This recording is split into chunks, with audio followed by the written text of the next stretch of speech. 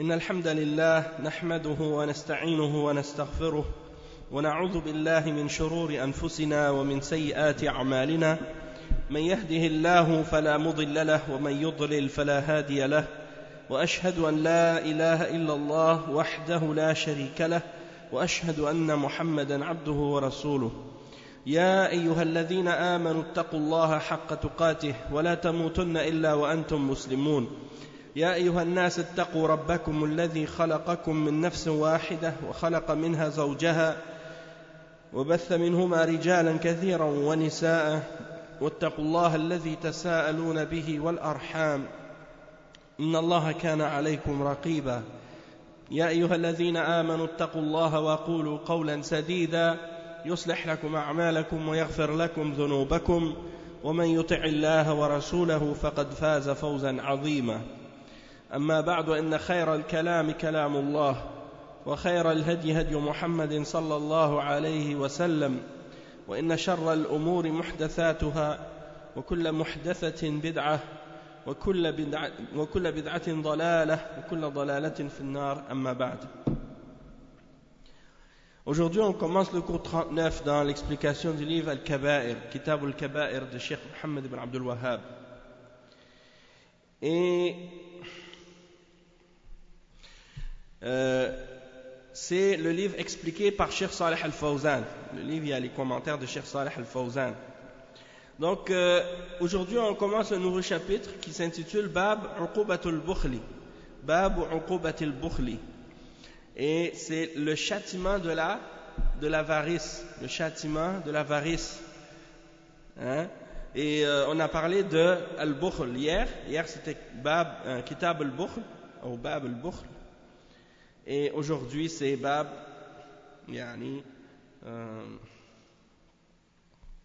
aujourd'hui, c'est Bab Uqubat al-Bukhl, le châtiment de al-Bukhl, c'est-à-dire l'avarice.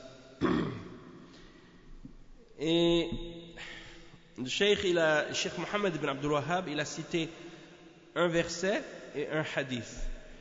Le verset qu'il a cité en premier, c'est Wa qawlullahi ta'ala سيطوقون ما بخلوا به يوم القيامة سيطوقون ما بخلوا به يوم القيامة.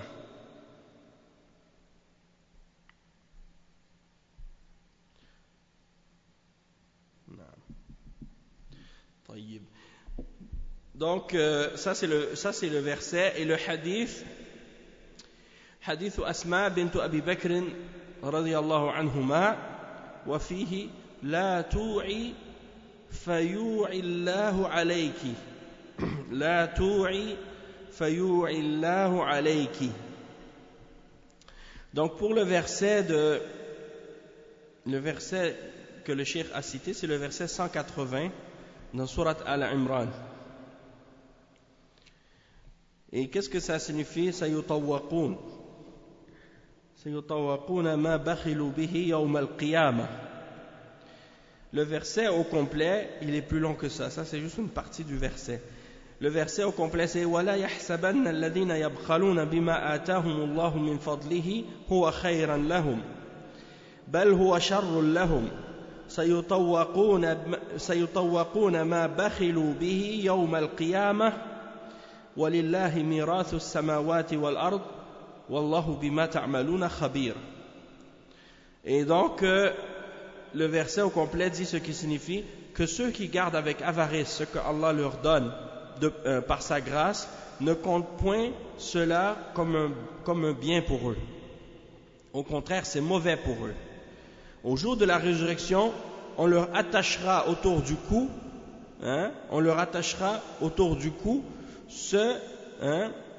ce qu'ils ont gardé avec avarice. Au jour de la résurrection,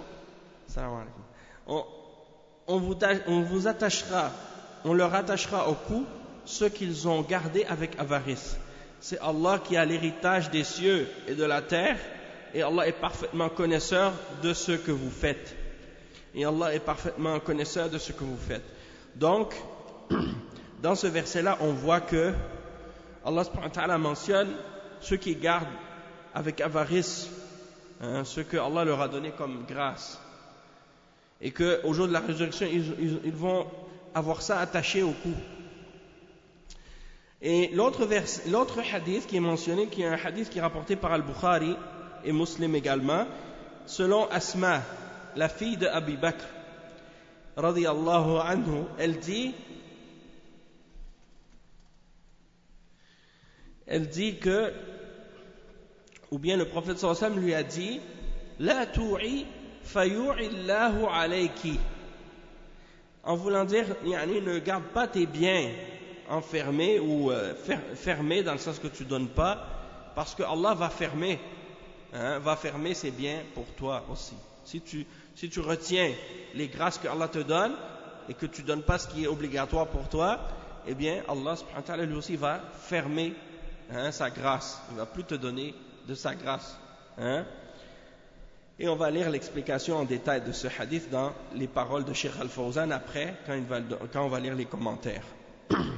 Il dit لما ذكر المصنف رحمه الله التحذير من البخل أتبعه بذكر باب عقوبة البخل ولقد توعد الله تعالى هؤلاء بأنه سيجعل ما بخلوا به طوقا في أعناقهم فقال ولا يحسبن الذين يبخلون بما آتاهم الله من فضله هو خيرا لهم بل هو شر لهم أي يبخلون بحق المال الذي أعطاهم الله إياه ظنين أن هذا الفعل خير لهم وهو شر لهم ثم بين عقوبة فعلهم هذا فقال سيطوقون ما بخلوا به يوم القيامة أي يأتون يوم القيامة مطوقين بهذه الأموال يحملونها على أعناقهم وقد جاء في هذا المعنى ما يفسره في الحديث حيث يقول النبي صلى الله عليه وسلم. Donc on va lire l'explication. Le cheikh il dit que on a vu dans le chapitre précédent l'avertissement contre l'avarice et il a fait suivre ça par le chapitre suivant, c'est le chapitre qu'on lit maintenant, au sujet de la mise en garde contre l'avarice, c'est-à-dire le châtiment que Allah a préparé pour l'avarice, pour les avares. Et Allah subhanahu wa ta'ala a menacé les gens qui gardent avec avarice ce que Allah subhanahu wa ta'ala leur a donné, en disant que ce qu'ils ont gardé avec avarice va être accroché à leur cou au jour de la résurrection.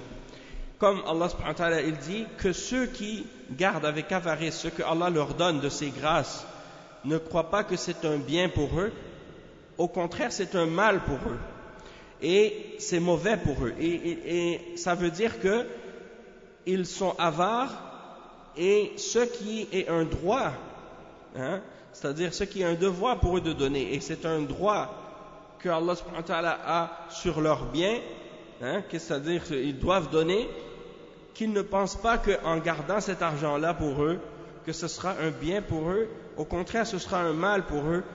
Puis ensuite il explique le châtiment de cette action-là, c'est-à-dire le châtiment qu'ils méritent pour avoir agi ainsi, c'est qu'au jour de la résurrection, ce par quoi ils ont été avares, ou ceux qu'ils ont été avares de donner, va être accroché à leur cou au jour de la résurrection.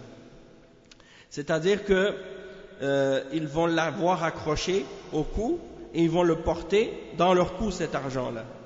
Et l'argent, on sait que c'est pas seulement l'argent en papier, al-mal, en arabe, ça s'applique à tout ce que tu possèdes comme richesse et comme bien. Et il y en a, leur richesse c'est du bétail. Il y en a que leur richesse par exemple c'est de l'or, de l'argent et beaucoup d'autres choses. Donc ces choses-là vont être accrochées à leur cou, et donc c'est grave. Et il dit, il y a un hadith qui explique ça, et c'est mentionné par le prophète sallallahu alayhi wa sallam. Le cheikh il dit حيث يقول النبي صلى الله عليه وسلم من أتاه الله مالا ولم يؤدي زكاته مثل له يوم القيامة شجاعا أقرع يأخذ بلهزمته أو لهزمتيه والمراد بالشجاع هو الثعبان العظيم الأقرع يعني أقرع الرأس، يعني ليس عليه شعر من شدة السم الذي فيه. وقوله يأخذ بلهزمتيه يعني بشدقيه، وهذا معناه وهذا معنى قوله تعالى سيطوقون ثم يلدغه ويخرج ما به من سم، ولا يزال في هذه الحال أو في هذا حال، ولا يزال هذا حاله حتى يبعث يوم القيامة والثعبان مطوق في عنقه، وهذا وعيد شديد لمن يبخل بماله. نعم. Donc le cheikh il explique que dans ce hadith le prophète sallallahu alayhi wa sallam il mentionne donc au jour de la résurrection, il dit, en fait le prophète sallallahu alayhi wa sallam il dit, celui à qui Allah subhanahu wa ta'ala lui a donné de l'argent et il n'a pas payé la zakat de cet argent, eh bien qu'est-ce qui va lui arriver? Au jour de la résurrection, il va être mutilé par un serpent, un énorme serpent qui est chauve, un serpent chauve qui n'a pas de poils, c'est comme ça que c'est mentionné dans le hadith, et il va le prendre, il va l'attraper. Attendez juste un instant.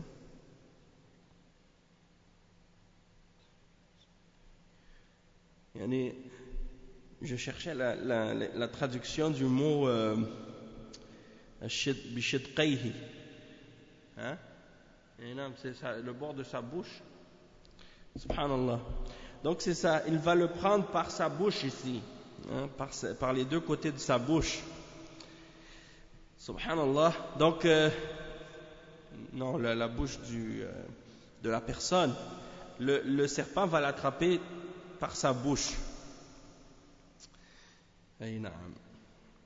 Et donc il va prendre la bouche il va l'attraper par la bouche c'est-à-dire le serpent va attraper la bouche de l'avare, et il dit donc que c'est un énorme serpent tellement qu'il a un venin fort qu'il n'a pas de poils sur sa tête, et il dit qu'il va le prendre par les deux coins de sa bouche. Et c'est ça la signification ici, parce que il dit هذا معنى قوله تعالى سيطوقون، c'est ça qui signifie le fait qu'ils vont lui mettre ça dans le cou, dans le sens que ce serpent là va le mordre, il va lui injecter son venin et il va rester ainsi jusqu'à ce qu'il soit ressuscité au jour de la résurrection. Donc ce serpent il va être accroché dans son cou.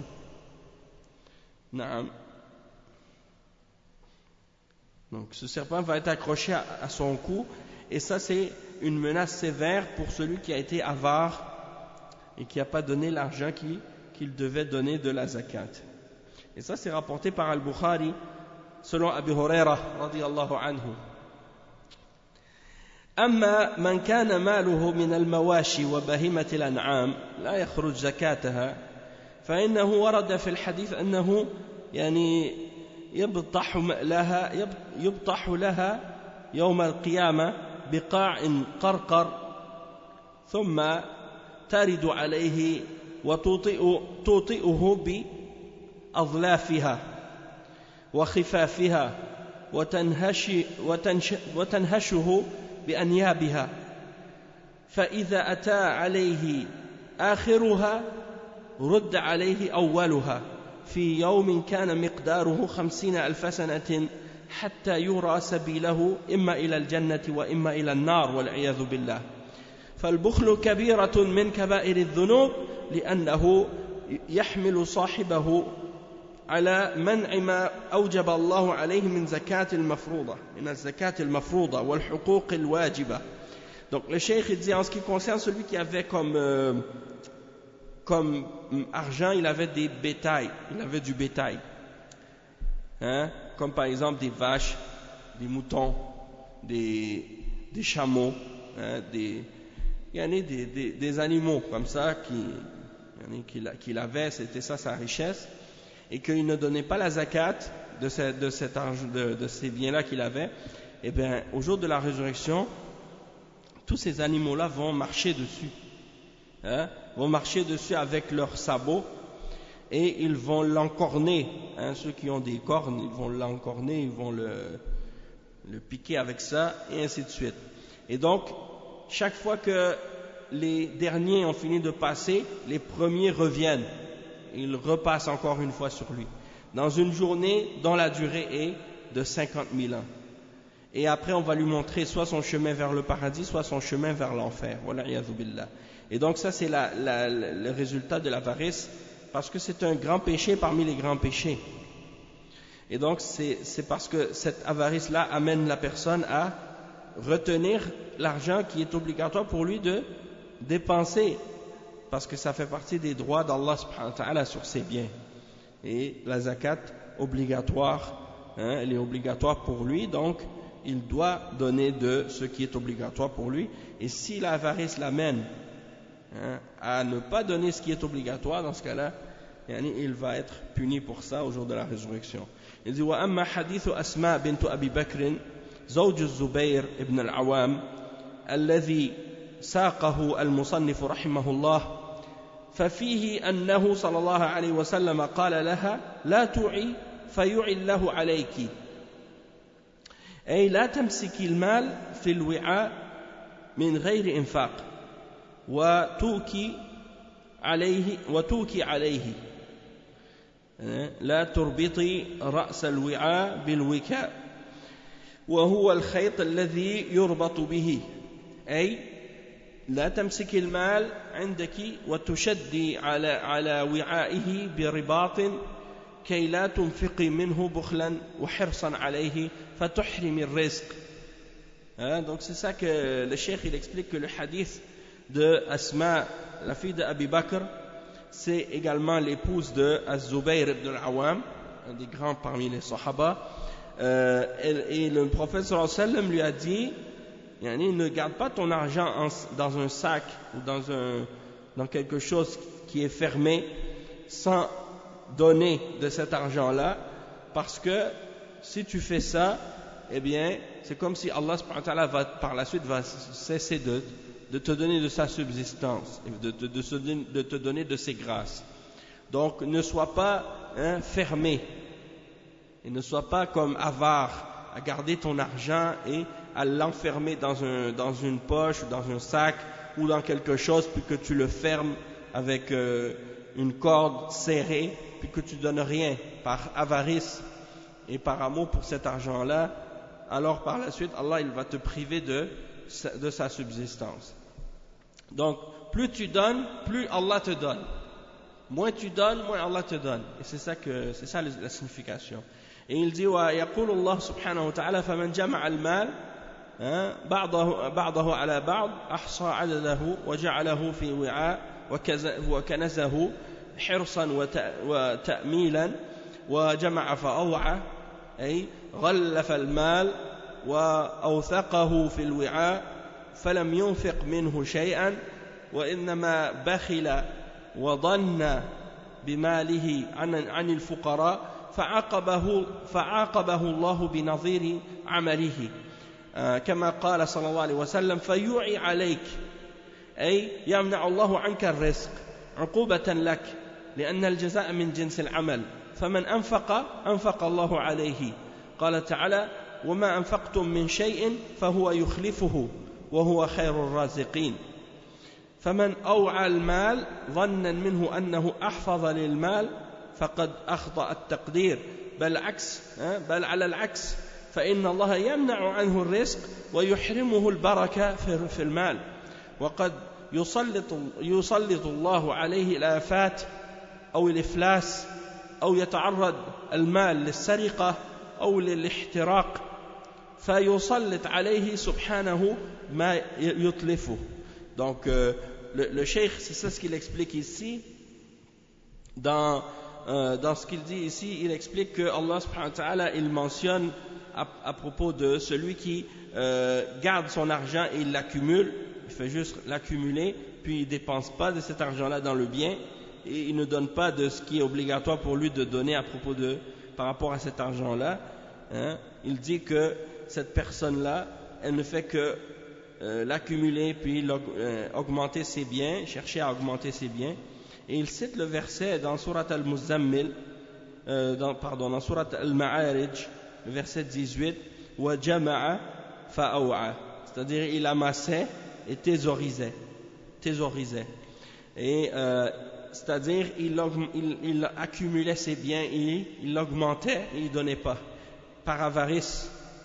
Il n'aidait pas les pauvres, hein, et Allah l'a puni par qu'est-ce qui correspond à ça, c'est-à-dire que puisqu'il ne donnait pas, Allah subhanahu wa ta'ala ne lui en a pas donné non plus, il lui a retenu sa subsistance par punition pour lui, parce que la rétribution elle correspond toujours à l'action. La rétribution d'Allah, elle va toujours correspondre à ton action. Donc si par exemple toi tu étais avare et tu ne donnais pas, Allah il va te punir en retenant ses grâces de toi et en ne t'en donnant pas plus. Et il mentionne aussi dans le verset 39 dans Surat Saba, il dit 39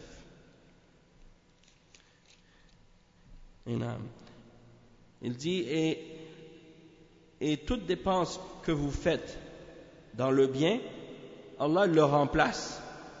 فَهُوَ يُخْلِفُ. Toute dépense que vous faites dans le bien, Allah subhanahu wa ta'ala, il va le remplacer, et il est le meilleur des donateurs. Donc, celui qui a amassé plus d'argent en pensant qu'il va le garder et qu'il va en avoir plus, il s'est trompé dans son jugement. Hein? Parce que c'est le contraire qui va se passer. Parce que Allah subhanahu wa ta'ala va lui retenir la subsistance, va faire qu'il n'en aura pas plus, et il va lui priver de la bénédiction dans ses biens, et il va peut-être même le punir par des malheurs et par de la faillite, et peut-être que son argent va être volé ou même brûlé, ses biens vont être brûlés ou des choses comme ça. Il va perdre tout, hein, parce qu'il a retenu par avarice son bien, au lieu de faire preuve de générosité et de donner à ceux qui en ont besoin. Et il dit وَقَدْ ذَكَرَ اللَّهُ مَثَلًا لِذَلِكَ فِي قِصَّةِ أَصْحَابِ الْجَنَّةِ أي البستان في سورة القلم. فإن الأب كان يفتح البستان وقت الجداد للفقراء ليأكلوا منه، وكان يخرج ما أوجب الله عليه، فتنزل البركة في هذا البستان. فلما مات أبوهم هم أولاده هم أولاده بأمر سوء، واتفقوا على أن يمنعوا الفقراء من حقهم ويجدوه في الليل حتى لا يدخل الفقراء ببستانهم. فانطلقوا وهم يتخافتون أن لا يدخلنها اليوم عليكم مسكين. اتفقوا على هذا في الليل، فلما ذهبوا في الصباح وجدوا بستانهم قد احترق وصار كالصريم. وفي هذا قال فطاف عليها طائف من ربك وهم نائمون فأصبحت كالصريم، أي أصبح البستان أسود محترقا حتى إنهم ضلوا بستانهم وشكوا أنه هو، ثم عرفوه وأيقنوا أن هذا إنما هو بجريرة أعمالهم، فقالوا كما أخبر الله عنهم يا ويلنا إنا كنا طاغين، وأيقنوا أن سبب احتراقه هو نيتهم في عدم إدخال الفقراء إليه ليأكلوا منه، فمجرد نيتهم أحرقت بستانهم والله سبحانه وتعالى يعلم خائنة الأعين وما تخفي الصدور. والشاهد من الآيات الكريمة أن هؤلاء أرادوا أن يوعوا فأوعى الله عليهم، وأرادوا أن يستأثروا بالرزق ولا يخرجوا حق الله فعقبهم الله بجنس فعلهم حيث حرمهم الرزق. Et le cheikh il mentionne ensuite l'exemple que Allah subhanahu wa ta'ala a mentionné dans Surat Al-Qalam. Et on va mentionner donc cette histoire. C'est des gens qui avaient un jardin. Hein, ils cultivaient des légumes, des choses. Hein. Et le père, celui qui possédait le jardin, il ouvrait son jardin et quand c'était la récolte, il laissait venir les pauvres et il donnait aux pauvres leurs droits que Allah subhanahu wa ta'ala leur a donnés. Et donc, Allah subhanahu wa ta'ala faisait toujours descendre la bénédiction sur ce jardin. Et lorsque le père est mort, les enfants, eux, ont pensé à quelque chose de mal. Ils ont dit, on va faire la récolte la nuit. Comme ça, les pauvres, ils vont pas venir prendre rien. Et on va tout garder pour nous. Et qu'est-ce qui est arrivé à cause de ça? Eh bien, Allah subhanahu wa ta'ala a fait tomber un châtiment sur leur récolte. Et, tout a été détruit. Tout a été détruit, tout ce qu'ils possédaient a été détruit. Quand ils sont arrivés, le matin, ils ont trouvé que tout est brûlé, tout est fini, il n'y a plus de récolte. Et au début, ils pensaient même que c'était peut-être un autre jardin, ce n'était pas leur jardin à eux. Après, ils ont réalisé que c'était leur jardin, puis après, ils ont dit, c'est nous qui avons fait ça. C'est à cause de notre mauvaise intention, de ne pas donner aux pauvres et de ne pas les laisser rentrer. Et donc, les versets en question, c'est les versets de 16 à 33. 16 à 33 dans Surat Al-Qalam. Allah subhanahu wa ta'ala dit ce qui signifie, nous les avons éprouvés comme nous avons éprouvé les propriétaires du verger qui avaient juré d'en faire la récolte au matin, sans dire Inch'Allah, sans dire si Allah le veut. Une calamité de la part de ton Seigneur tomba dessus pendant qu'il dormait. Et le matin, ce fut comme si tout avait été rasé. Le lendemain matin, ils s'appelèrent les uns les autres, partez tôt à votre champ si vous voulez le récolter. Et ils allèrent donc, tout en parlant entre eux, à voix basse, ne laissez aucun pauvre y entrer aujourd'hui. Ils partirent donc de bonne heure, décidés à user d'avarice envers les pauvres, convaincus que cela était en leur pouvoir, puis quand ils virent le jardin, ils dirent vraiment nous avons perdu notre chemin.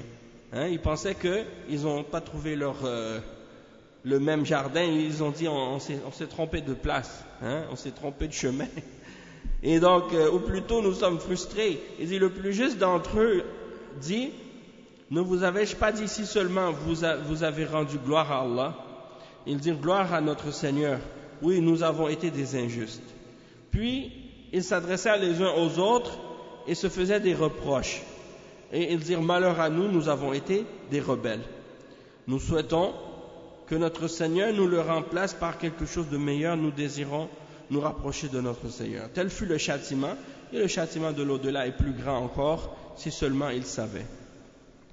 Donc ça c'est pour dire que lorsque quelqu'un il est avare, Allah subhanahu wa ta'ala est avare avec lui. Et s'ils ont voulu garder leur argent juste pour eux, ils n'ont pas voulu donner de cet argent-là, eh bien Allah les a punis par la même chose. Et il les a privés de ce bien-là. Donc il dit aussi وفي الحديث الآخر أرضخي يرضخ لك يرضخ يعني وسعي يوسع لك وقوله عليه الصلاة والسلام اللهم أعط ممسكا تلفا وأعط منفقا خلفا. Ces deux hadiths sont rapportés par Al-Bukhari. Le premier, c'est dans le sens de donner. Donne un peu et Allah il va t'ouvrir de ses grâces. Et dans l'autre hadith, chaque fois que quelqu'un donne, fisabilillah, il aide les pauvres ou il donne de l'argent aux pauvres, eh bien, il y a un ange, hein, en fait, il y a 2 anges qui descendent, et il y en a un qui dit, donne à celui, c'est ça, celui qui ne donne pas, fait son bien périr, fait périr son bien. Et celui qui donne, hein, remplace lui par quelque chose de mieux. Donc les 2 anges, ils invoquent pour celui qui donne et ils invoquent contre celui qui retient. Et là, le Cheikh Al-Fawzan, il explique les 2 hadiths, il dit Irdakhi ar-radkhu huwa al-ata al-yasir. Ay, i'ti an-nas yu'tika Allah. Ça veut dire, ar-radkhu, ça veut dire de donner. Et c'est comme si le hadith disait, donne aux gens et Allah va te donner en récompense. Parce que la rétribution et la récompense ou la punition correspond à l'action. Si tu donnes, Allah te donne. Si tu retiens, Allah te retient. فَمَنْ يُعْطِي يُعْطِيهِ اللَّهُ وَمَنْ يُوعِي اللَّهُ عَلَيْهِ. وقد سلف قريبا شرح ذلك وبيانه. ووجه إيراد الروايتين أن الذي يوعي ويبخل فإن الله سبحانه وتعالى يوعي عليه ويمسك عنه وأن الذي يعطيه الله ويبارك له في رزقه. Donc celui qui retient et qui est avare, Allah il retient, hein, contre lui aussi. Et celui qui donne, Allah lui donne plus et il lui donne la bénédiction dans ses biens. أما قوله صلى الله عليه وسلم كما صح في الحديث ما من يوم يصبح العباد فيه إلا ملكان ينزلان فيقول أحدهما اللهم اعطي منفقا خلفا ويقول الآخر اللهم اعطي ممسكا تلفا والمنفق يخلف الله عليه ويبارك له في رزقه قال تعالى وما أنفقتم من شيء فهو يخلفه وهو خير الرازقين وأما الممسك فإن الله يتلف ماله وهو يظن أن الإمساك أحفظ لماله ولكن على العكس فهو أتلف لماله والجزاء من جنس العمل. Et donc le hadith, c'était juste une partie qui a été mentionnée. Le hadith au complet, il dit qu'il n'y a pas un jour dans lequel le serviteur se lève excepté que Allah fait descendre 2 anges et ils disent oh Allah, donne ou bien donne à celui qui donne et remplace lui son bien. Et il dit oh Allah, celui qui retient, eh bien, fait ses biens périr ou fait qu'il ne va pas avoir plus. Donc, celui qui donne, Allah lui remplace son bien et lui donne de la bénédiction dans son bien et lui augmente son bien. Comme Allah subhanahu wa ta'ala il le dit, ce que vous dépensez, de quoi que ce soit que vous donnez, eh bien, il va vous le remplacer, il va vous en donner d'autres. Hein? Et il dit, et il est le meilleur des donateurs. Donc, celui qui retient, Allah retient son bien. Hein? Il lui fait perdre son bien. Tandis que celui qui donne, eh bien, Allah subhanahu wa ta'ala lui donne plus. Donc la personne qui retient son bien, elle pense qu'en le retenant, elle va en avoir plus, alors que c'est le contraire qui se passe. La réalité, c'est le contraire. Donc on a fini ce chapitre. On va lire l'autre chapitre qui suit. Bab uzdira an-ni'ma wal-istighfaf bi hurumatillah. C'est-à-dire le chapitre au sujet du fait de mépriser la grâce d'Allah et de diminuer ou de dénigrer les limites d'Allah subhanahu wa ta'ala et qu'est-ce qu'il a interdit. Et le cheikh dit ولم يورد المصنف رحمه الله هذا الباب في هذا الباب شيئا فهو بياض في الأصل وربما سقط من النسخ الموجودة في هذا الباب أو أن المؤلف بيضها ليرجع إليها ولكنه لم يرجع إليها على كل حال فالترجمة كاملة. Donc le cheikh il dit que dans ce chapitre le cheikh Mohammed ibn Abdul Wahhab il a juste mentionné le titre mais il n'a pas mis de verset, il n'a pas mis de hadith, c'est juste le titre seulement. Donc peut-être qu'il a dit à l'endroit où il y avait ce chapitre là, où il y avait ce titre là, il y avait une page blanche, c'est-à-dire qu'il n'y avait rien d'écrit. Et il dit peut-être que c'est l'auteur qui l'a effacé ou bien qui l'a laissé comme ça, il voulait revenir à ce chapitre plus tard, finalement il ne l'a pas fait. Mais bon, Cheikh Al-Fawzan il a mentionné quelque chose, il a expliqué le titre. Donc il dit وَقَوْلُهُ إِزْدِرَاءُ النِّعْمَةِ أي احتقارها فلا يجوز للإنسان أن يحتقر النعمة بل عليه أن يحترمها ويجلها ولهذا قال صلى الله عليه وسلم انظر إلى من هو دونكم ولا تنظروا إلى من هو فوقكم فإنه أجدر أن لا تزدروا نعمة الله عز وجل. Donc le cheikh il dit il ne faut pas mépriser la grâce d'Allah. Mépriser la grâce d'Allah c'est un grave péché, ce n'est pas permis. Il dit tu dois plutôt la respecter et l'honorer cette grâce. Comme le prophète sallallahu alayhi wa sallam a dit, regardez ceux qui sont en dessous de vous, dans les choses de la vie, de la dunya ou de l'argent ou de la richesse, ou de peu importe, la beauté, la force.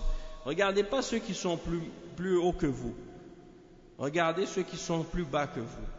Et ça va faire en sorte que vous n'allez pas mépriser la grâce d'Allah sur vous. Parce que si tu dis, oh regarde lui, il a plus d'argent que moi, il a plus de force que moi, il est plus beau que moi, il y en a plus ci, plus ça, et ainsi de suite, alors tu commences à mépriser la grâce d'Allah sur toi, et tu oublies tous les biens que Allah t'a donnés. Donc ça c'est pas correct. Au contraire, regarde ceux qui sont en dessous de toi, et ça va faire en sorte que tu vas apprécier et respecter et aimer la grâce d'Allah. Et tu vas voir qu'il t'a fait de nombreuses grâces. Et donc il dit في الدنيا انظر إلى من هو دونك من الفقراء والمساكين وارحمهم ولا تنظر إلى الأغنياء وأصحاب الأموال والثروات فإن النظر إلى الفقراء يعرفك نعمة الله عليك فتشكره عز وجل على ما أعطاك. أما إذا نظرت إلى الأغنياء وما هم فيه من الترف فإنك ستحتقر ما أنت فيه وتزدري نعمة الله عليك. Donc le cheikh il dit dans la vie d'ici-bas, regarde ceux qui sont en dessous de toi, les pauvres et ceux qui ont peu, et fais leur miséricorde. Ne regarde pas les riches, les gens qui ont beaucoup de richesses, qui ont beaucoup d'argent, parce que si tu les regardes eux, c'est comme si tu vas oublier les grâces que Allah t'a faites. Et tu vas pas penser à être reconnaissant de ce que Allah subhanahu wa ta'ala t'a donné. Si tu regardes les riches et qu'est-ce qu'ils ont comme outrance et comme richesse, tu commences à mépriser les grâces que Allah t'a faites, et ça c'est mauvais. Parce que il dit وَمَنْ ازْدَرَى وَمِنْ ازْدِرَاءِ نِعْمَةِ اللَّهِ وَإِهْدَارِهَا وَإِلْقَائِهَا في النفايات والطرقات خاصة إذا زادت عن الحاجة فعلى المسلم أن يجل النعمة ويقدرها وإذا كان عنده فضل من طعام فإنه ينبغي أن يدفعه إلى المحتاجين والفقراء. Donc il dit si tu as trop de nourriture ou tu as un surplus, il ne faut pas le gaspiller, il ne faut pas le jeter, il faut le donner à ceux qui en ont besoin parmi les pauvres. Tu ne vas pas gaspiller cette grâce que Allah t'a donnée. Il dit فإن من الناس من هو بحاجة إليه ولا يجده أو يحتفظ به لمرة قادمة فإن عدم الشكر النعمة سبب لزوالها. Donc toi peut-être que tu en as plus besoin de cette nourriture, tu la veux plus, mais il y en a d'autres qui sont pauvres et qui en veulent et qui en trouvent pas, ou bien qu'ils le gardent pour une autre fois. Donc, il dit de ne pas être reconnaissant envers les grâces que Allah t'a données, eh bien ça fait en sorte qu'il ne va plus t'en donner dans l'avenir. Hein, il va faire que tu n'en aies plus. Et comme c'est mentionné dans le verset 7 dans sourate Ibrahim, وَإِذْ تَأَذَّنَ رَبُّكُمْ لَإِنْ شَكَرْتُمْ لَأَزِيدَنَّكُمْ وَلَإِنْ كَفَرْتُمْ إِنَّ عَذَابِي لَشَدِيدٌ.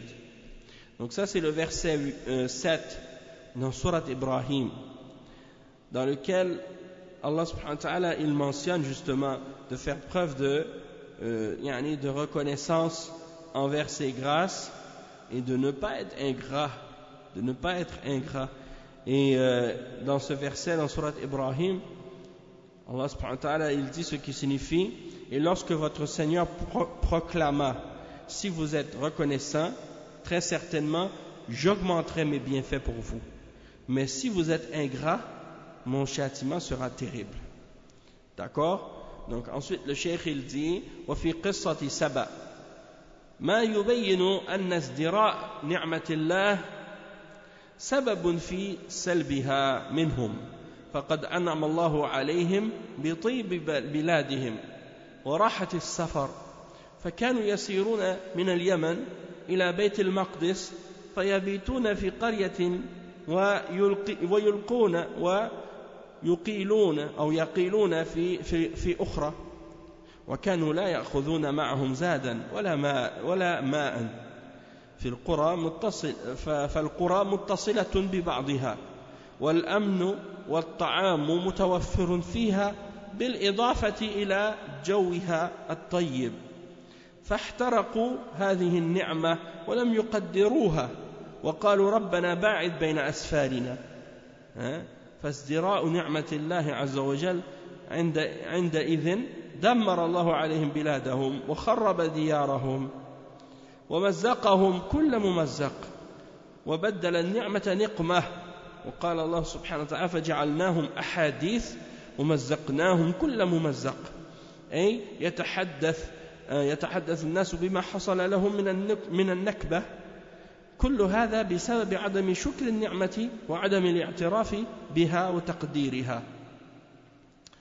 Donc le cheikh il explique aussi qu'est-ce qui est arrivé avec les gens de Saba, à l'époque, et dans la ville, c'était au Yémen. Et Allah subhanahu wa ta'ala mentionne dans Surat Saba que les gens, ils avaient une bonne vie, que quand ils voulaient, ils pouvaient voyager du Yémen jusqu'à la Syrie, et que pour eux le voyage était facile parce que les villes étaient toutes les unes à proximité des autres. Donc ils pouvaient partir sans provision, s'en aller dans une ville et dormir, puis ils partaient après, ils arrivaient dans l'autre ville, ils pouvaient faire une sieste et ils continuaient leur chemin comme ça, pas besoin de provision, pas besoin d'amener beaucoup d'eau avec eux. Tout était, les distances étaient faciles à parcourir. Puis eux, qu'est-ce qu'ils ont fait? Au lieu d'être reconnaissants envers Allah subhanahu wa ta'ala, eh bien ils ont demandé à Allah d'éloigner leur voyage. Subhanallah. Comme il dit, comme Allah subhanahu wa ta'ala mentionne dans le Coran, فَجَعَلْنَاهُمْ أَحَادِيث. Il dit, ils ont demandé à Allah et invoqué Allah subhanahu wa ta'ala d'éloigner les étapes du voyage, comme dans le verset. Et ça c'est dans les versets 15 à 19 dans Surat Saba. Il y avait assurément pour la tribu de Saba un signe dans leurs habitats, 2 jardins, l'un à droite et l'autre à gauche. Mangez de ce que votre Seigneur vous a attribué et soyez lui reconnaissant, une bonne contrée et un Seigneur pardonneur. Mais ils se détournèrent. Nous déchaînâmes contre eux l'inondation du barrage et leur changeâmes leurs deux jardins en deux jardins aux fruits amers, tamaris et quelques jujubiers. Ainsi les rétribuâmes-nous pour leur mécréance. Et saurions-nous sanctionner autre que le mécréant? Et nous avions placé entre eux et les cités que nous avions bénies d'autres cités proéminentes. Et nous avions évalué les étapes de voyage entre elles. Voyager entre elles pendant des nuits et des jours en sécurité. Puis ils dirent, Seigneur, allonge les distances de nos étapes. Et ils se firent du tort à eux-mêmes. Et nous fîmes d'eux donc des sujets de légende et les désintégrâmes totalement. Et il y a en cela des avertissements pour tous les grands endurants et grands reconnaissants. Donc ça c'est pour dire que des gens ils ont la vie facile, la belle vie, des choses, ils sont aisés, ils sont à l'aise, Allah leur a donné tout le bien, puis au lieu d'être reconnaissants envers Allah, ils font preuve de mépris envers ses grâces et ils renient ses grâces et donc Allah les a punis de cette façon-là, à cause de ça.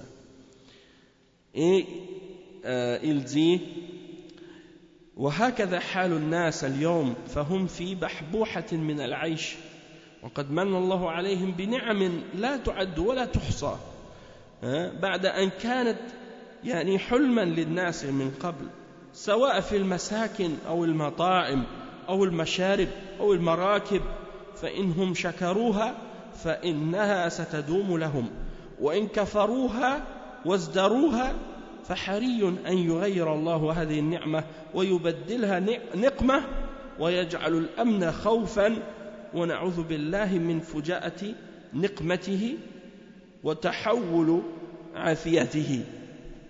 Donc le cheikh il dit, voici l'état des gens aujourd'hui, c'est comme ça. Les gens maintenant aujourd'hui sont dans plein de bonnes choses, une bonne vie les gens aujourd'hui. Quand tu compares la vie des gens aujourd'hui à comment elle était auparavant, les gens le disent. Moi je sais, ma grand-mère ici elle m'a parlé comment les gens vivaient ici avant. Ils ont dit on était pauvres, les gens avaient des grandes familles, ils n'avaient pas beaucoup d'argent. Et donc la vie était très difficile, très dure. Même pour le cheikh il parle maintenant, lui il vit en Arabie Saoudite. Si tu recules en Arabie Saoudite peut-être 50 ans en arrière, 100 ans en arrière, avant le pétrole, la vie était dure. Les gens vivaient comme ça, c'était très très difficile. Aujourd'hui, Allah il nous a donné plein de facilités. L'électricité, les bonnes nourritures qui nous viennent toute l'année, les fruits et les légumes. En plein hiver on a de l'eau chaude et froide, on ouvre le robinet, l'eau coule chez toi, subhanallah. Toutes ces choses-là, c'est des grâces que Allah nous a données. On ne réalise pas, mais on peut les perdre comme ça, du jour au lendemain. Il y a des gens qui vivaient très très très bien dans des pays où ils avaient tout ce qu'ils voulaient. Aujourd'hui, ils sont devenus comme, ils ont tout perdu ça. Ils n'ont plus rien de ça. Donc c'est pour dire que il faut savoir être reconnaissant pour les grâces d'Allah subhanahu wa ta'ala, parce que tout ce que tu possèdes de grâce et de bien, que tu commences à le prendre pour acquis, c'est là que Allah subhanahu wa ta'ala il peut te l'enlever tout. Après les gens ils regardent dans certains pays, ils disent regarde ces gens-là comment ils sont pauvres, comment ils vivent, la vie est difficile pour eux. Et toi tu dis moi j'ai ça, alhamdoulilah. Il y en a ils disent même pas alhamdoulilah. Il y en a ils disent même pas alhamdoulilah, ils prennent ça pour acquis. C'est nous, on a fait ça, avec nos mains, on a construit ça, on a fabriqué ça, et ils sont comme fiers. Et puis ils sont pas reconnaissants envers Allah. Allah il peut leur enlever tout ça du jour au lendemain. Donc c'est pour ça il faut, comme je dis, être reconnaissant. Et le cheikh il dit donc il faut être reconnaissant envers ce que Allah nous a donné.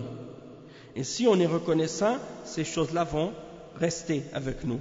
Si on est ingrat et on les méprise, ces grâces, Allah peut changer notre situation de cette grâce et la faire devenir un malheur. Et il peut changer notre sécurité en crainte. Na'udhu billah. Donc on cherche le refuge en Allah contre le malheur subite, qui vient subitement, et le fait de changer son état, l'état d'aisance et dans lequel on est dans le bien, puis que ça se transforme en autre chose. Donc ça c'est très grave. On demande à Allah subhanahu wa ta'ala donc de continuer à faire descendre sa grâce sur nous et à nous donner de plus en plus de bien, nous préserver de tout mal et de nous aider à être plus reconnaissants envers tout le bien qu'il nous donne. سبحانك اللهم وبحمدك أشهد أن لا إله إلا أنت أستغفرك وأتوب إليك وصلى الله وسلم على نبينا محمد وعلى آله وصحبه أجمعين والسلام عليكم ورحمة الله وبركاته.